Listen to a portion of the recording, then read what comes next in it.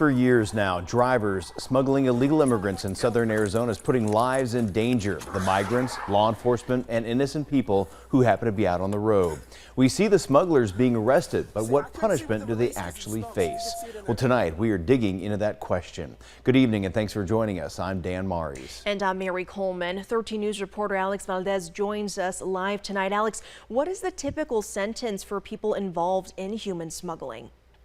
Well, Mary and Dan, typically, every case is different, but one defense attorney tells me in the 3 months it's fairly common for people being sentenced with no criminal history or aggravating factors. But even if they have any aggravating factors, the offender still might get off with serving minimal time. Nicholas Loncar, a defense attorney here in Tucson, says it's normal to have around 40 people appear in court each day here in Pima County for immigration-related crimes. In those initial appearances, you will really overwhelmingly see that immigration enforcement, immigration-related crimes make up no less than 90%. Data shows just this year, more than 4,000 people who entered or re-entered the country without proper documentation were sentenced, with 864 cases filed against people who are responsible for human smuggling. Whether there are aggravating factors, for instance, did they flee from law enforcement? Did they place migrants in the trunk of the vehicle? The number of migrants. For one example, just this month, a man from Rio Rico was sentenced to 40 months in prison after pleading guilty to one count of transportation of an undocumented person for profit.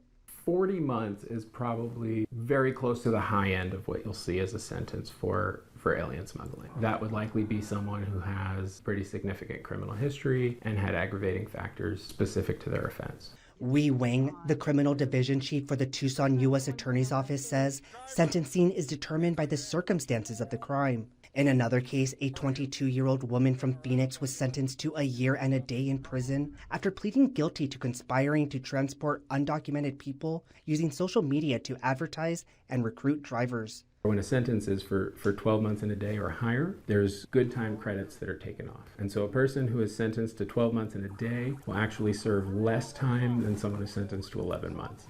Loncar says the likelihood of an offender getting sentenced to the max, which is 10 years, is very unlikely. He says he hasn't heard or seen someone getting that max sentence. Really, any person with no criminal history, probation is not uncommon. Wang says every prosecution leads to the possibility of capturing a criminal higher up in the food chain. Getting details from a person who was driving migrants can lead to the arrest of the people organizing the smuggling. Reporting in studio, Alex Valdez, 13 News. Alex, thank you. And this comes as migrants are